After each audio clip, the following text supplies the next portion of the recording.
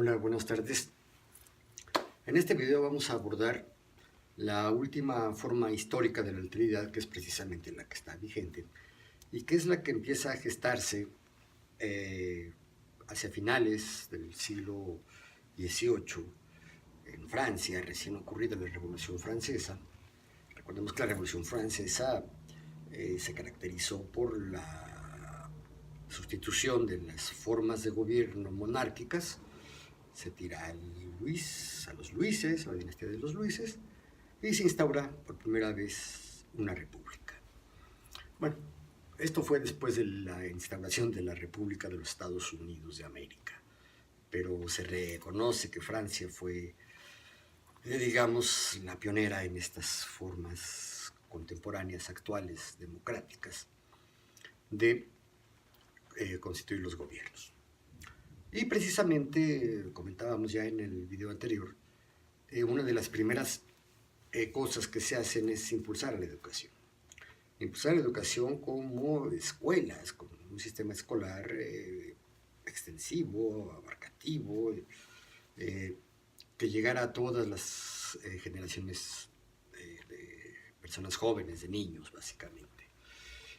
Y uno de los esfuerzos paralelos a esto, no en escuelas, sino a través de la experimentación, digamos, médico-pedagógica, fue lo que sucedió con el niño de Aveyron, con Víctor de Aveyron, y su educador, su cuidador, que era el doctor Itard. Comentábamos un poco de esto en el video pasado. Ahí arranca la educación especial y arranca ya esta forma de alteridad a la que yo le llamo la reflexión cognoscitiva. ¿Por qué reflexión cognoscitiva? Porque se trataba ya de pensar, ¿no? De reflexionar. ¿Qué pasa con estos niños que son diferentes, que son sordos, que son ciegos, que son discapacitados intelectuales, que tienen algún problema en su movilidad, son parapléjicos, son hemipléjicos, están tulliditos, están mutilados, qué sé yo? Se reflexiona en ello y se trata de conocer sus características, ya con una perspectiva científica. Recuerden que les mencionaba que Itard es un médico que trata de civilizar al niño salvaje. ¿Cómo pasarlo del salvajismo en el que vivía este niño a la civilización que, bueno, estaba pujante en esta Francia republicana, napoleónica ya, y que echaban a andar proyectos completamente innovadores, ¿no? Ya es una intención, pues, de conocer y de saber cómo tratarlos. Y el cómo tratarlos incluye, como una parte fundamental, su educación. Ya sea la educación familiar inicial, pero también, sobre todo, la educación institucional, la educación escolar.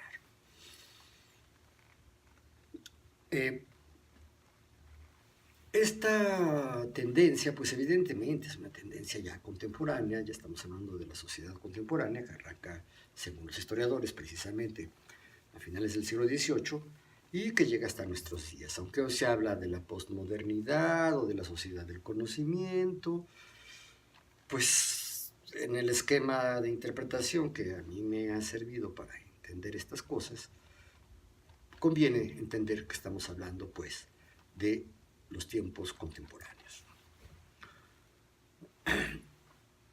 Cabe decir que los tiempos contemporáneos es prácticamente un sinónimo de los tiempos modernos. La palabra moderno viene del griego odernius, de donde se deriva también la palabra hoy. Entonces lo moderno es lo de hoy, pero también lo contemporáneo, ¿no? Son los tiempos que están corriendo, los tiempos que compartimos, contemporáneo. Pero bueno, ya se habla de una forma de producción diferente, y el capitalismo industrial está despegando hacia principios del siglo XVIII, y hasta la fecha estamos viviendo en un capitalismo industrial, probablemente con gran predominio actual del sector financiero. En fin. Aquí el asunto es que esta reflexión cognitiva de alguna manera derivó en dos vertientes desde el principio.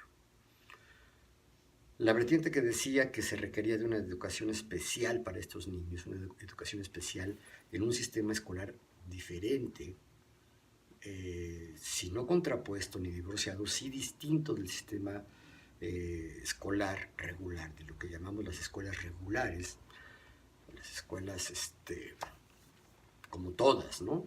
No les llamo normales porque precisamente la palabra normal está aplicada desde esos años, desde esos finales del siglo XVIII, principios del XIX, está aplicada a las escuelas que forman maestros. ¿Por qué se les llama normales a las escuelas que forman maestros?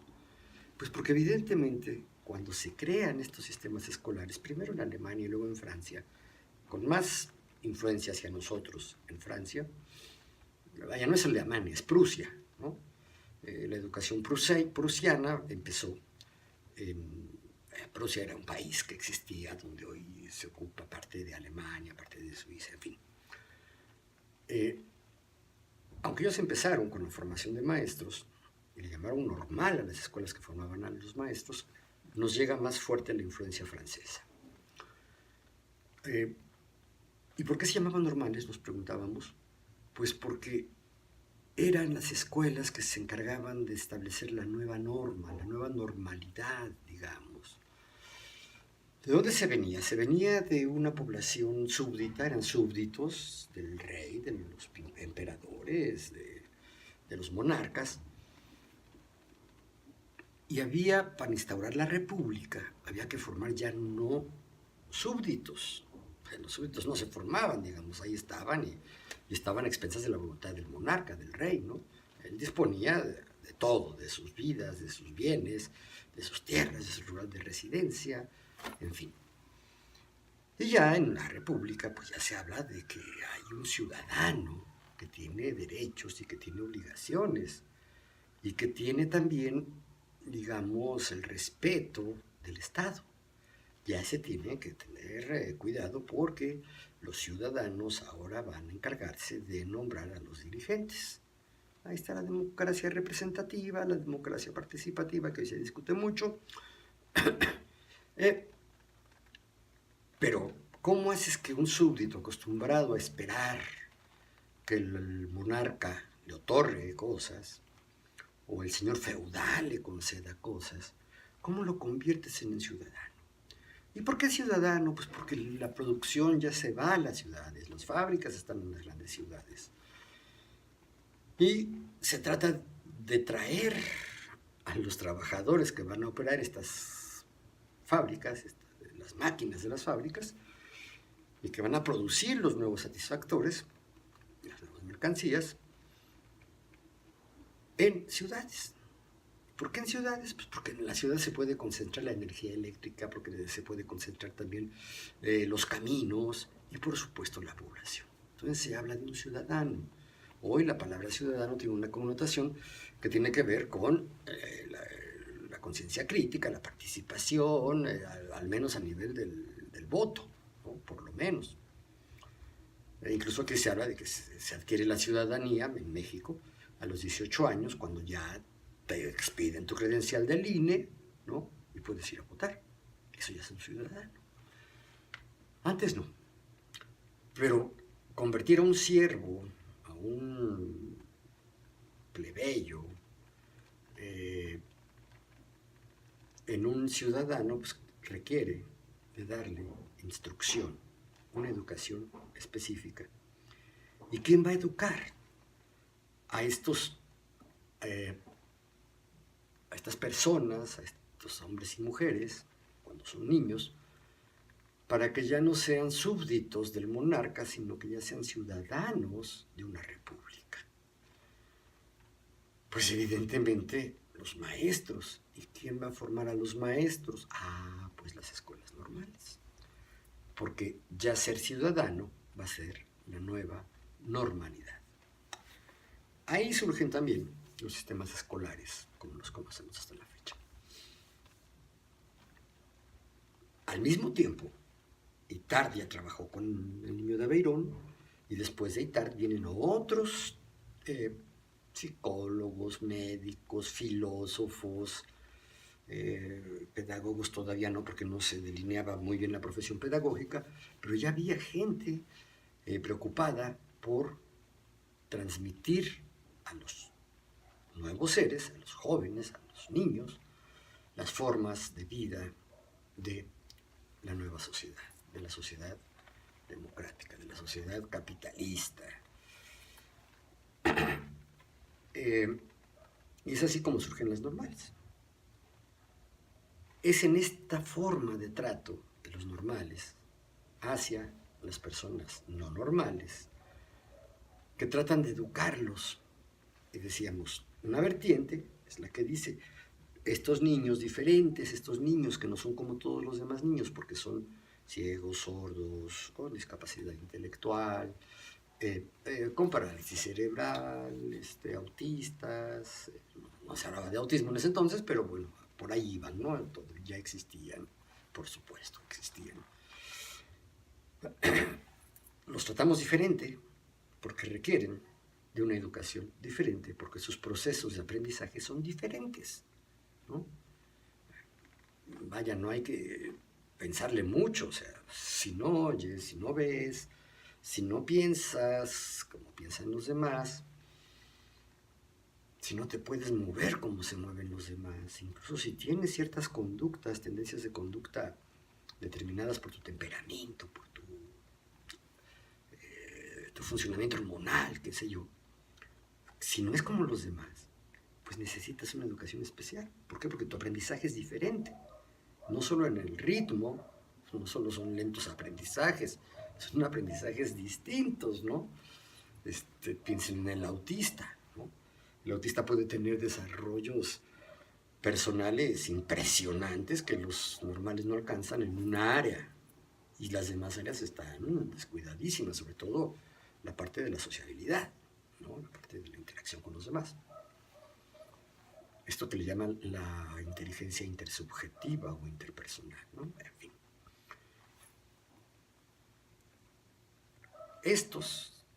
Esta postura que dice, que reconoce que la forma de aprendizaje, la capacidad de aprendizaje en estos niños es distinta, sostiene que estos niños requieren de formas educativas y de instituciones diferentes a las que se les dan a los niños normales, ¿no? Y está la otra también, que dice, no, la mejor manera de educarlos es tratar de normalizarlos. Entonces aquí aparece otro fenómeno que me parece que, desde mi punto de vista, ha hecho más daño que bien. La normalización del anormal, del subnormal. En México, los primeros intentos de educar a estos niños se dan en el siglo XIX, se crea una escuela de sordos en el régimen de Benito Juárez, y también, poco tiempo después, aparece una escuela para niños ciegos. Y son escuelas especiales, diferentes de las escuelas normales, a donde van los niños normovidentes y normoyentes, es decir, que oyen normalmente y que ven normalmente, a pesar de que sean miopes o astigmatas, ¿no?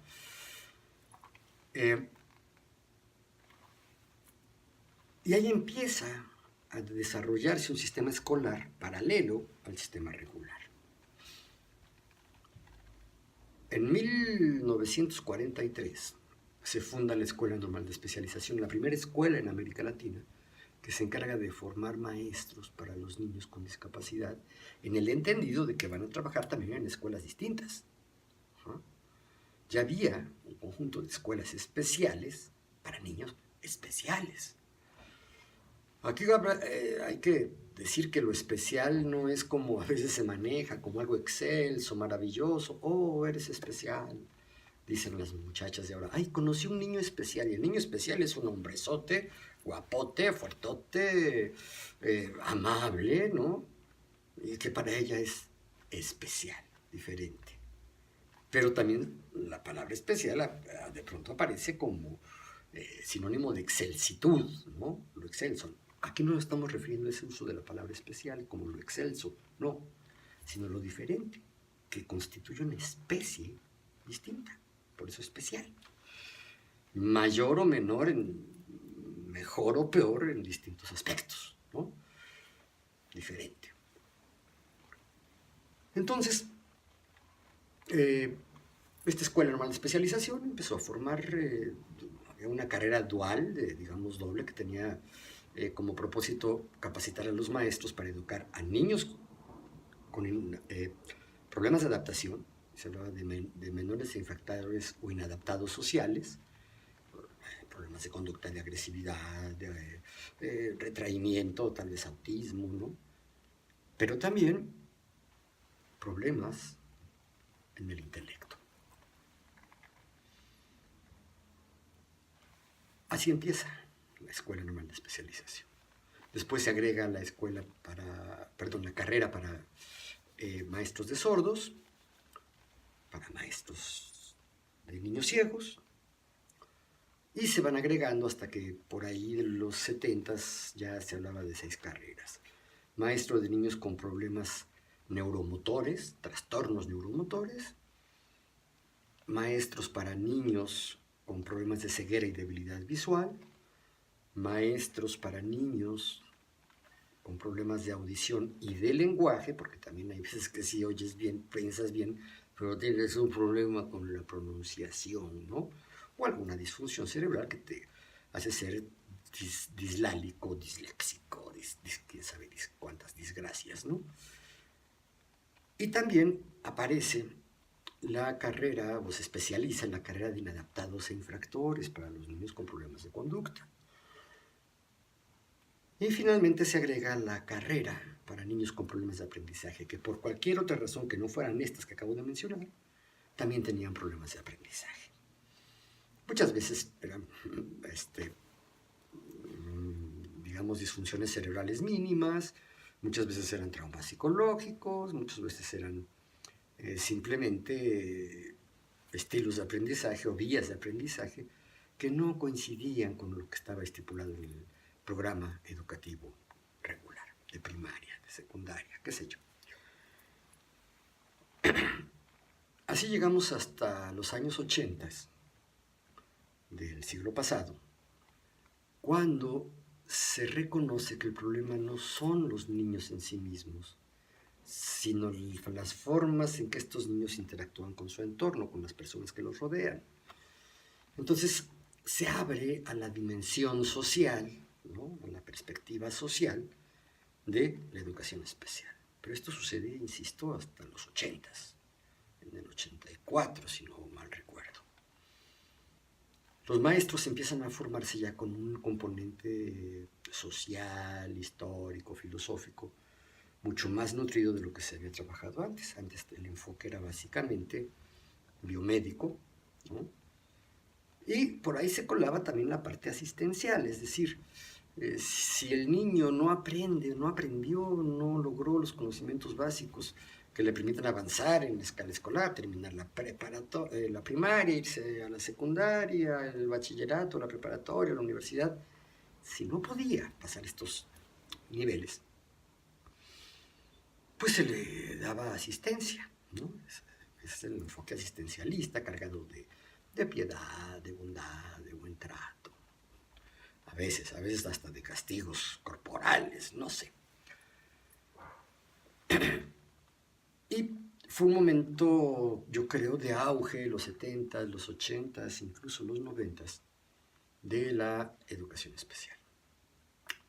Y por supuesto, de las escuelas normales de especialización, porque después de esta escuela normal de especialización que está hoy en paro en la colonia Polanco, después de esta se fundaron otras. Hoy hay muchas escuelas normales de especialización o de educación especial, pero son normales. ¿Por qué normales? Porque forman maestros para el nivel básico del sistema escolar, para preescolar, para primaria, para secundaria. Aquí viene el problema. Yo les hacía referencia al inicio de esta serie de videos sobre la educación especial que existía todavía, cuando yo entro a trabajar, a formar maestros de educación especial, existía la tendencia a normalizar lo no normal. A los niños no normales se les quería hacer normales.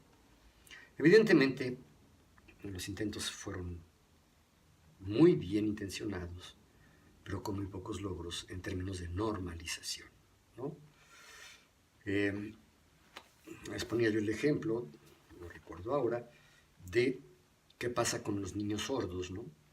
¿Qué pasa con ellos? Bueno, pues que no oyen. Entonces, si no oyen, pues no pueden imitar los sonidos. Por lo tanto, no aprenden a hablar. De ahí viene la denominación sordomudos, que hoy está muy criticada, es decir, no eres mudo, lo que pasa es que no oyes y por eso no hablas, pero no es que seas mudo, ¿no? Tan es así que se generan técnicas y algunas logran un cierto nivel de éxito en algunos individuos, en algunos alumnos, para oralizarlos. Porque la idea era, si tú no oías, tú tienes que platicar como la persona normal, ¿no? Como si estuvieras oyendo, pero pues como no oyes, pues vas a leerle los labios y los gestos a la persona y entonces se inventa la lectura labiofacial. Esto se le llama la oralización, una forma de normalizar al no normal. Hay muchas anécdotas que me gustaría platicar, pero a lo mejor le dedicamos otro momento, otro video a esto. Lo que sí quiero decir es que luego vienen algunas intenciones, ¿no?, de integrar a los niños con con estos problemas, a los niños que pasan por las escuelas de educación especial. Dicen, bueno, el objetivo final es que el niño se integre a su sociedad, que haga lo que pueden hacer los normales, que logre cierta autonomía personal, corporal, digamos, movilidad, que el ciego pueda moverse por las banquetas, que el sordo también,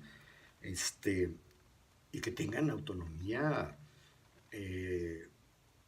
digamos, financiera, ¿no? Es decir, que ganen su dinerito, que puedan trabajar, que puedan emplearse, para lograr el sustento propio, ¿no? Forma parte del proceso de normalización, si se fijan. La idea es que el niño que no es normal se porte como un niño normal, ¿no? En un desarrollo más amplio se empieza a trabajar con la integración educativa. Es decir, que el niño que tiene algún problema de aprendizaje o alguna discapacidad esté un momento con los maestros especialistas y después pueda volver a la escuela regular. Y si no a la escuela regular, a un empleo regular. Aquí sí hubo aciertos, pero también hubo muchos desatinos, ¿no?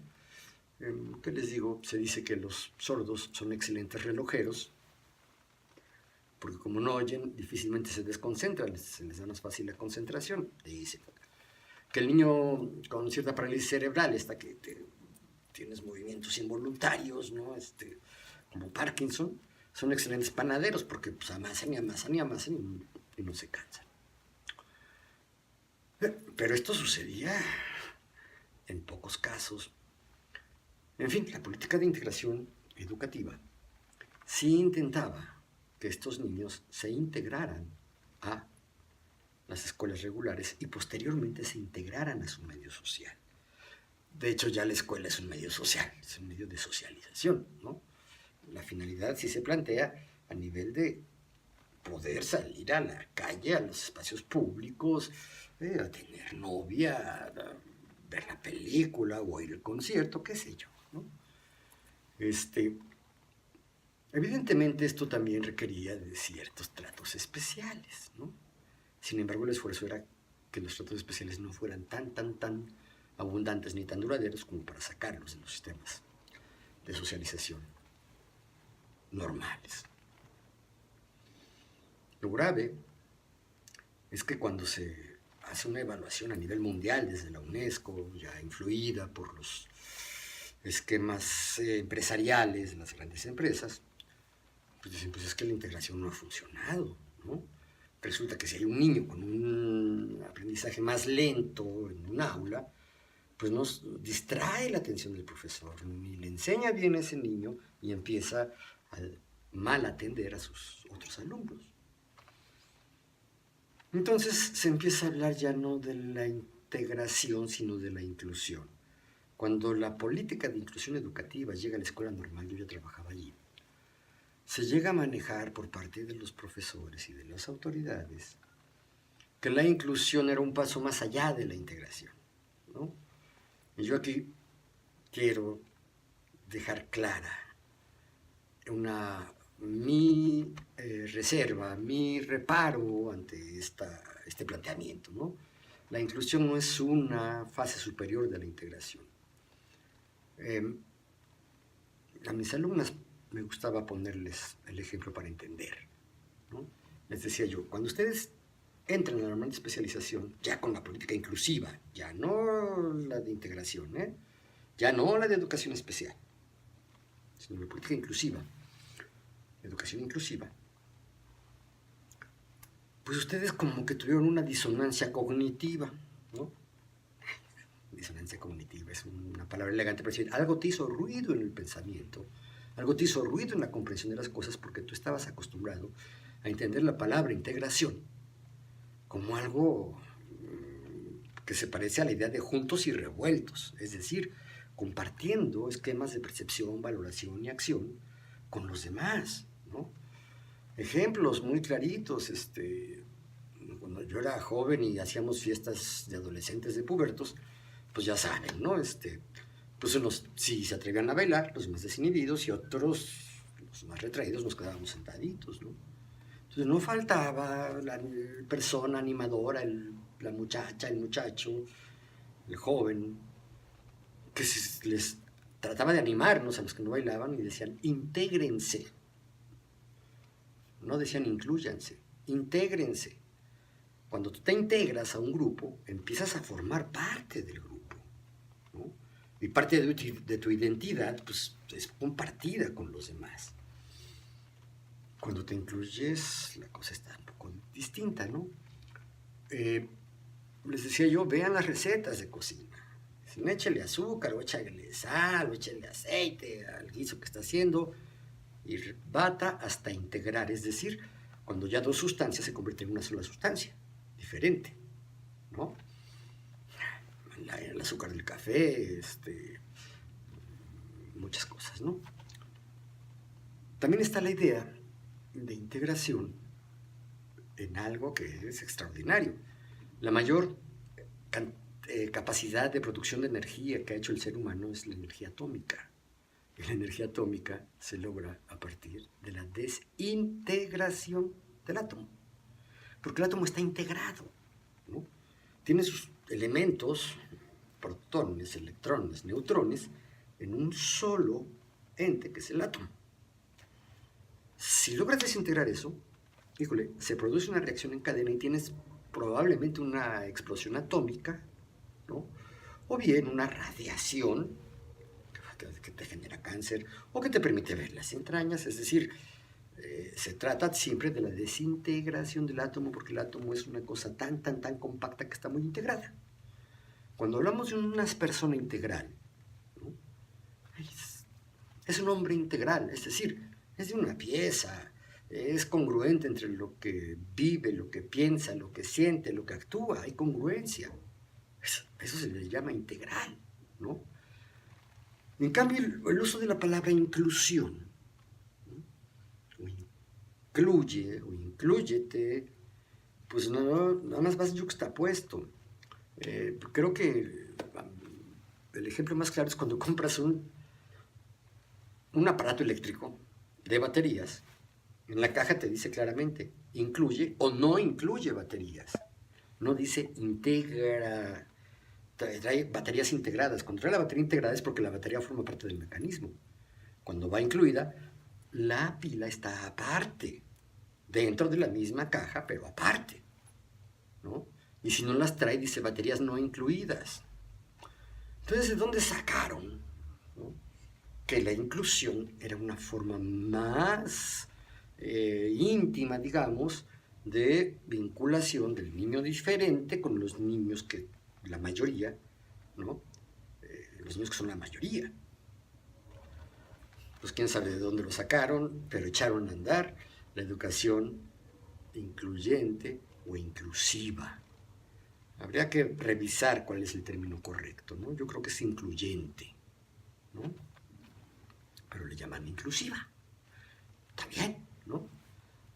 Pero me parece que los alumnos, cuando empiezan a estudiar la normal de especialización, sufren de esta disonancia cognitiva que le llamé, ¿no? De este ruido que, oye, pues si yo entendía la inclusión y la integración un poco al revés de lo que me están enseñando ahora, ¿no?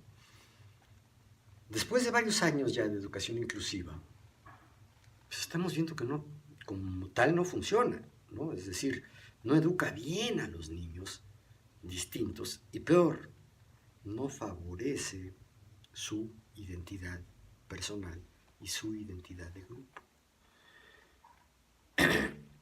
Yo estaría de acuerdo en que debe de haber una inclusión si antes se trabaja una especie de reconstitución, de fortalecimiento de los rasgos de las propias discapacidades.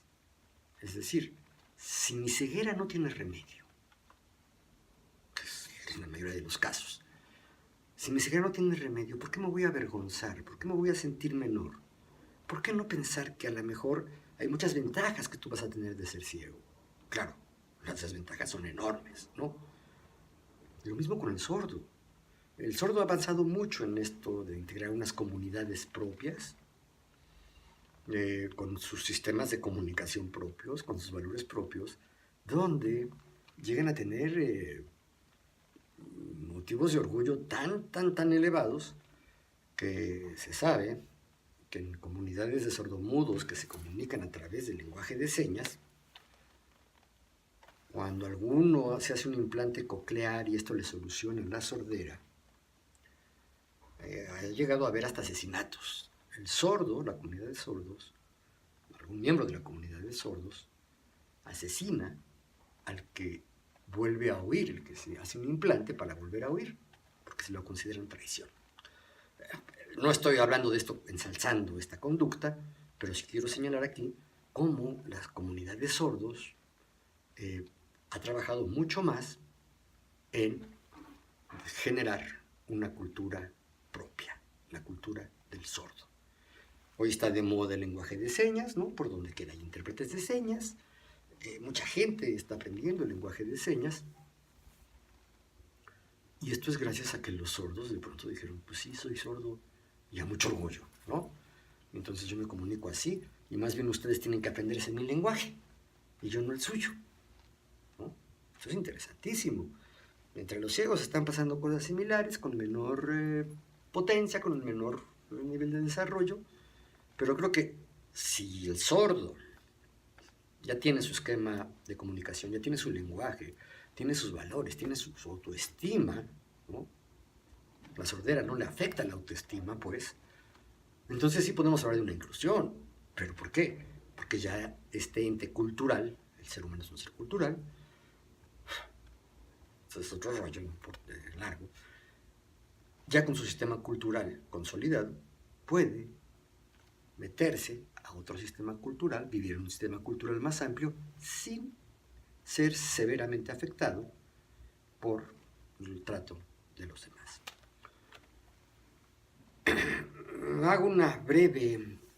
Intentaré una breve recapitulación de todo esto que acabo de decirles. La reflexión cognoscitiva, pues, ha llevado a una subforma de alteridad, una subforma histórica de la alteridad, que es la negación fallida. ¿Dónde hay la negación fallida? Cuando se piensa que el sujeto, a pesar de las diferencias cognitivas, perceptivas, motrices, de movimiento, si está afectado en una de estas facultades, se niega la diferencia. No, esa diferencia no existe.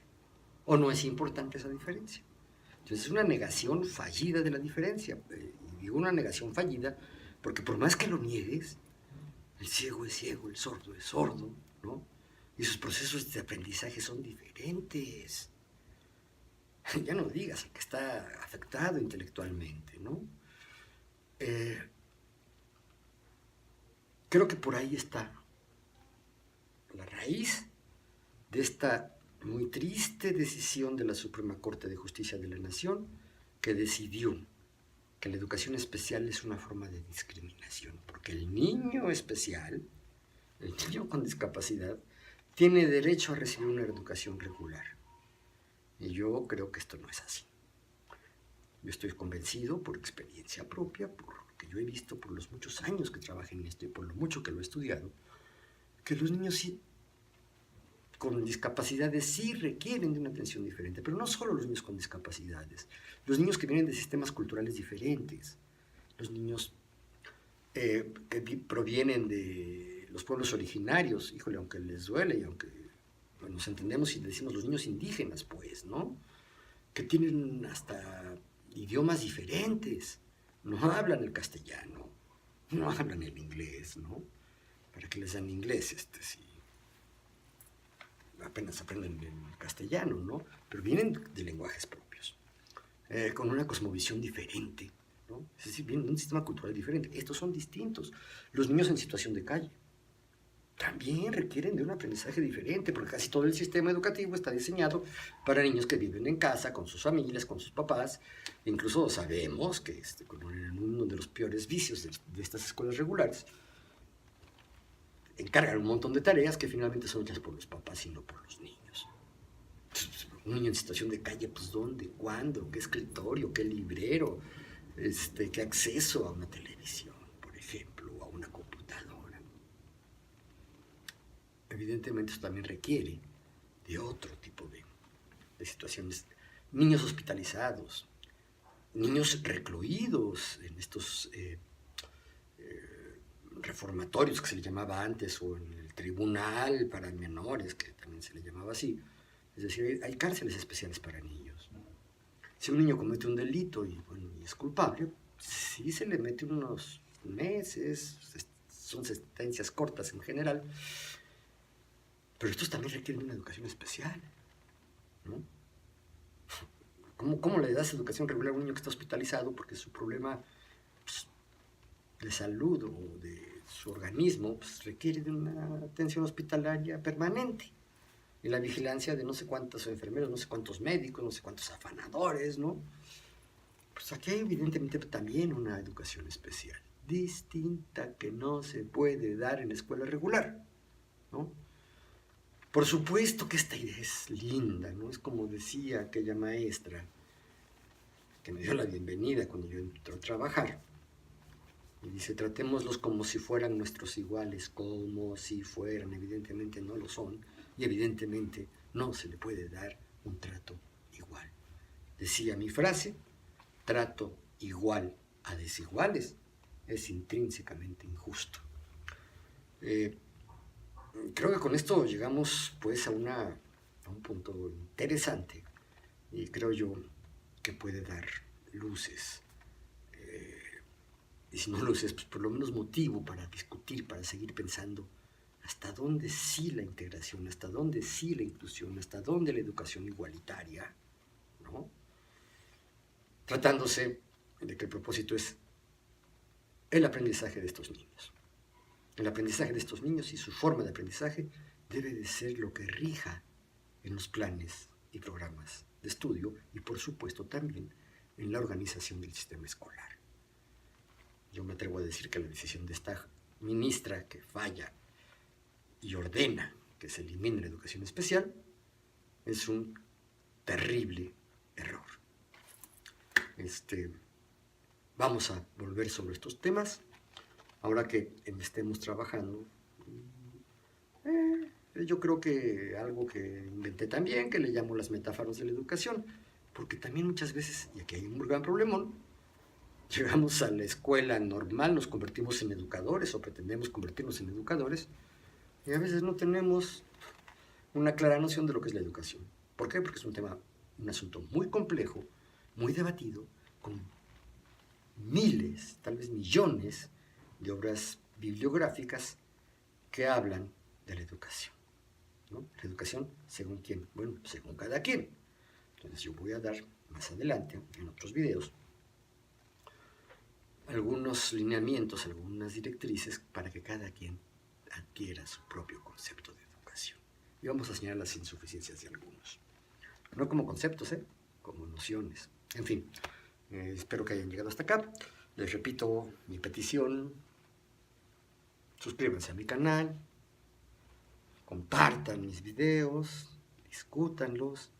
Pónganle me gusta. Sigo con muy poca audiencia. Van a terminar por convencerme de que mis ideas no sirven, o de que yo soy muy mal expositor, o que mis videos son verdaderamente horribles, aburridos. En fin, ahí nos vemos pronto.